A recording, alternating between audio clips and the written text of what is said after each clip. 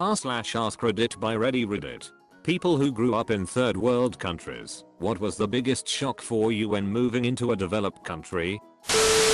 Don't forget to like this video and subscribe to my channel. Enjoy the video. This will possibly get buried, but finally an AskReddit I can relate to. 1.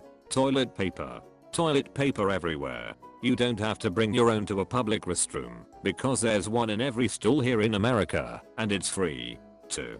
Restaurant service and food abundance. You asked for a medium well steak but was slightly overcooked. You send it back to the kitchen and you get a new one cooked for you and the server even apologizes for it.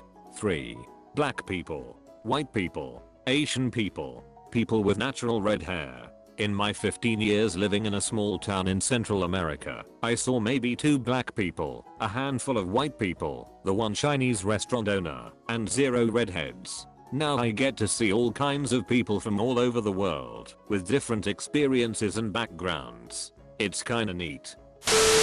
Just how much of my mind was previously occupied by machinations of keeping my family alive. Like always subconsciously running through the drill of what to do in the event of an armed hijacking or housebreaking, and being super vigilant around people and in various places, no matter the time of day. I felt like at least 10% of my mental capacity has been freed up for other more productive thoughts like appreciating beauty and freedom, planning a prosperous future, and trusting that the sense of security my family and I feel isn't just a ruse. When I was in the Marines I had a friend that was from extreme rural Africa. So we took him to third shows and such. He had been in the US for around 6 months, but even things like TV was an amazing luxury to him. Someone in the group picked up one at a pawn shop off post and gave it to him, and he was just amazed that someone would just give him a TV. Something nifty. He had it set up so direct deposits would go to an account his village had access to. His salary as an E2 in the Navy made his family semi-royalty in the village.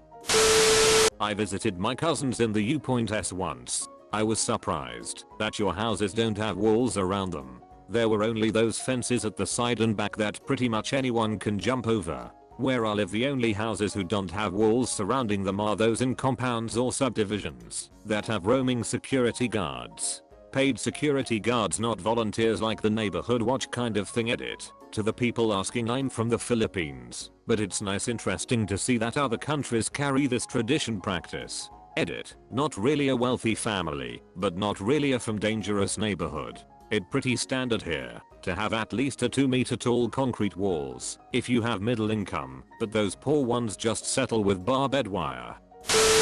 Safety when walking on the streets during night. When in Brazil, I used to wait for my wife on the bus stop from college. As she usually left college around 2200 hours, it was dangerous. We used to live on a central zone, and her college was also central. In Ireland, if she leaves a party at 3 o'clock, I don't get concerned at all. So great to live without being afraid.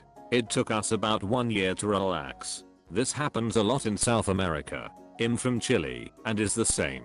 We as women can't walk at night alone. It's dangerous. How little theft there is. I was always told to always mind my bag and make it clear I'm holding it tight. Now I can freely leave it beside me, sometimes not even look. I've had friends leave a purse on a table in a restaurant, and I made jokes about how easy it would be to steal it. Just a lot more relaxing in public due to less theft. Another one is how less physical fighting in schools there is. From a young age I was always told, if someone hits you, hit them back harder. But when we moved to UK my dad told me before my first day of school, if someone hits you, tell the teacher. Even from a poorer area in New Zealand to Australia, in the schools here, they leave their school bags outside the classroom. It's so strange. When I went to school we had our bag under our seat, between our feet, if it wasn't actually being worn.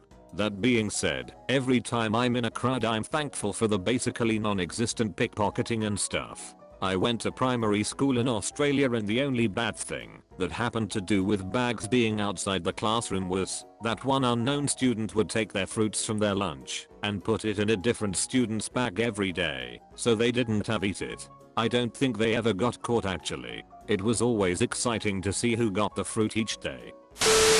I grew up in South Africa and have been living in England for 20 years. 1 point cars stop when you walk up to a pedestrian crossing. 2. Double glazed windows are really good at keeping the warm in and the noise out. 3. I can walk around at night without thinking I'm going to get shot or robbed.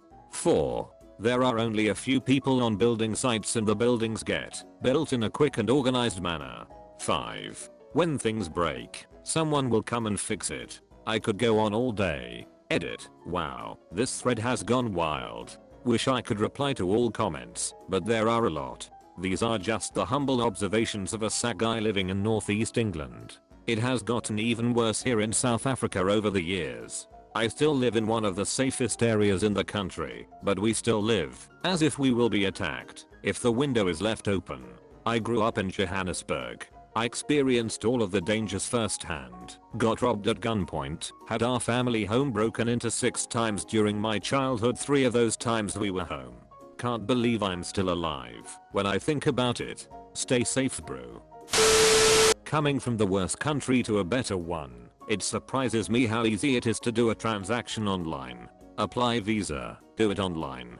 They will notify you once they need documents, once you are ready, etc. Every step of the process. Pay bills? Fine. Do online banking. Order food, groceries?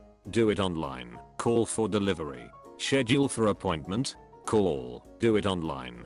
Meanwhile in my country, you need to do all this physically. Fall in line for hours. Registration done. On to the next step, payment. Oh, you need to go to the bank, collect the receipt, and come back here. You want to do it online?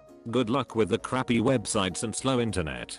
I could go on and on. It's day and night comparison. Edit 1. Wow. This comment blew way beyond expectation. First off, a lot of people here think UAE equals cheap labor, slavery. This is totally irrelevant to my main comment and I already addressed this one below. No need of further arguing.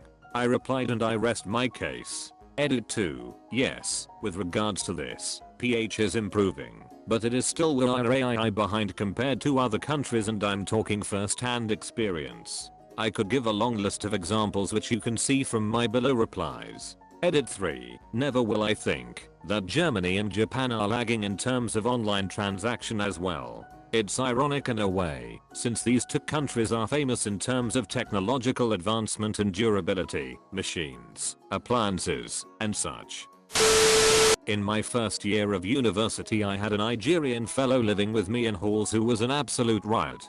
First day here apparently he was struck dumb by the appearance of a woman driving a rubbish truck down the street, just could not believe what his eyes were seeing, and despite living in the UK for over 6 months at some point, could not get over the fact that many houses were built directly onto the pavement, and that you could even look directly inside people's windows and observe them if you really wanted to, supposedly.